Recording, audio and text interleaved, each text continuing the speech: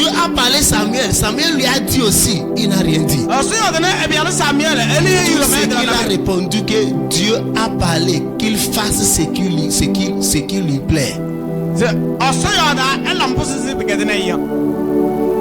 Rappelle-toi quand David a dit que c'est mieux de tomber dans la main de Dieu. Dans une seule journée, 700 000 personnes sont mortes en Israël. 700 000 hommes sont morts en même temps. Donc, c'est mieux de tomber dans la main de tes ennemis et Dieu va te sauver. Au lieu de tomber dans la main de Dieu en pensant que Dieu c'est un Dieu de miséricorde. Il va te montrer chégué. Il te montre chégué. Vous allez voir ton oreille vis-à-vis. C'est Dieu ça. Alléluia. C'est un Dieu de miséricorde, mais c'est un Dieu aussi. De un côté de Dieu, c'est lion. L'autre côté, c'est l'agneau. Ne prie pas pour voir côté des lions là quand tu n'as pas besoin de voir ça. À cause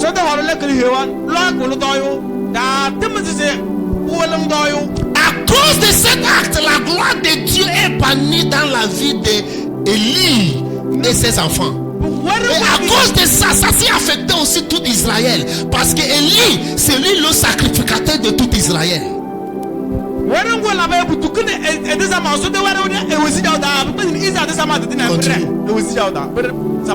Verset 20.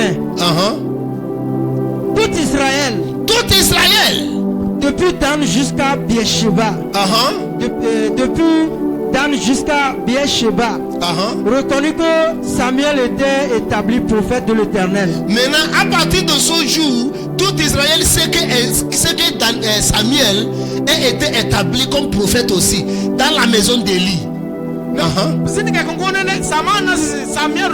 cause de ça, on va couper ça. Maintenant, c'est quoi qui est mon point? En tant qu'un enfant de Dieu, quel qu'en soit, ne laisse pas que l'orgueil spirituel vous avale. Quand tu n'as pas contrôlé l'orgueil spirituel, ça arrive un moment que tu commences à prendre les choses de Dieu spirituel comme familières. Les choses de Dieu qui devaient être spirituelles et consacrées, tu commences à prendre ça comme familière. Tu ne prends plus, tu n'es plus sérieux de ça. Tu fais certaines choses sans considération. Tu fais certains trucs sans considération. Qu'est-ce que tu veux vous dire par ça? Merci. Merci. Qu'est-ce que je vais vous dire par ça? En tant qu'un chrétien, ne souffre pas certains bruits quand tu attends ça. Attends à la fin pour voir. Ne laisse pas que la gloire de Dieu soit bannie dans ta vie. Et ma prière pour vous, que si c'est déjà banni, que ça soit restauré par la puissance de la miséricorde de l'Éternel. Je n'attends pas ton amen très bien. Je n'attends pas ton amen très bien. Levez-vous s'il vous plaît, on va prier. Alléluia. Alléluia. On va prier. Papa, je ne veux pas finir ma vie comme Élie avec ses enfants. Il y a certains parmi vous, tu attends de conduire ta vie envers cette direction. Tu ne sais pas comment, tu ne prends pas les choses de Dieu au sérieux. Tu attends de conduire envers cette direction. Je n'ai jamais vu quelqu'un qui a osé pour faire challenge à ce qui est pour partir à Dieu, ou soit consacré à Dieu, et la personne demeure la même. Je n'ai jamais vu. Je n'ai jamais vu quelqu'un qui a osé pour toucher quelqu'un qui est loin, qui appartient à Dieu, et la personne demeure la même. La personne, Dieu se lève contre la personne. Quelque chose s'est passé dans la Bible un temps concernant Nebuchadnezzar, son fils Belshazzar. La Bible dit que Nebuchadnezzar est allé dans le pays d'Israël. Ils ont fait combat à Babylone, a fait combat contre les Israël. Maintenant, ils les ont gagnés dans la guerre et ils ont rentré dans le temple de Dieu pour ramasser tout ce qui est là-bas, les or, les bronzes et d'argent qui est là-bas. Ils ont ramassé ça, amené ça dans Babylone et confisqué ça dans un magasin. Maintenant, après des années, Nebuchadnezzar est mort. Maintenant, son fils Belshazzar est venu pour prendre la place de son papa pour régner. Un moment arrivé qu'il veut fêter ses femmes. Parce qu'il a vu que le pays progresse, tout est bon. Il a déclaré qu'il y aura la fête dans le pays entier. Maintenant, à même moment, quand la fête est venue, maintenant, le jour de la fête est venu, tout le monde mangeait, tout le monde buvait. Il a donné l'ordre que d'aller dans le magasin là qu'on a confisqué les choses qu'on a pris dans Jérusalem. On a confisqué ça. Il a qu'à aller là, on a qu'à là-bas les amener l'or, gobelet or. Les gobelets qui est or, bien arrangé. On a qu'à lui amener ça, qu'il lui-même veut boire le vin avec ça. On lui a amené ça.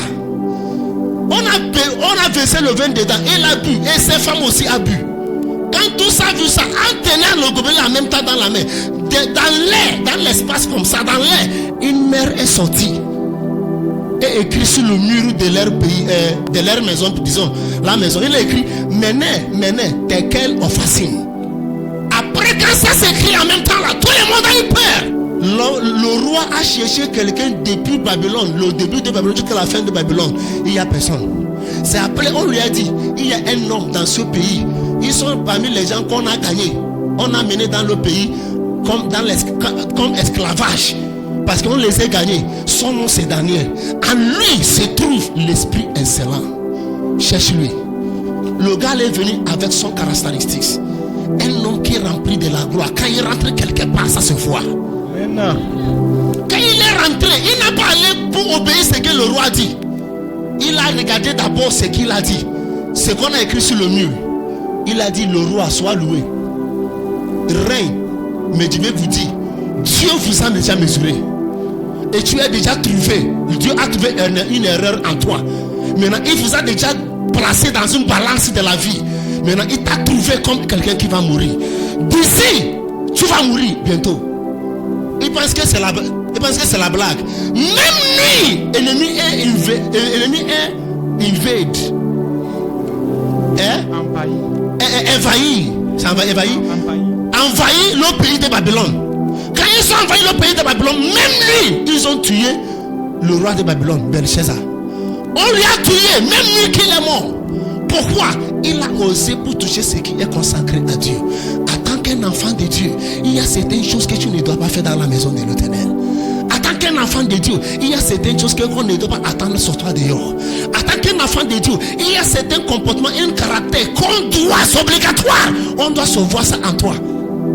C'est pas parce que les autres font certaines choses que tu dois les suivre. Parce que tu dis que tu es un chrétien, tu dois être différent. Parce que tu transportes quelque chose que les autres ne transportent pas. Alléluia. C'est la religion chrétienne qui reçoit trop des attaques dans le monde. Il y a plus que 150 000 religions dans le monde. Il y a presque 150 000 de religions dans le monde. Mais religion chrétienne, c'est religion qui reçoit trop des attaques. Parce que pourquoi? Il y a quelque chose de spirituel et transparent, excellent et différent plus que les autres qui est dans la chrétienté. Parce que dans la chrétienté se trouve la vérité. C'est pour cela qu'il y a trop des attaques dedans.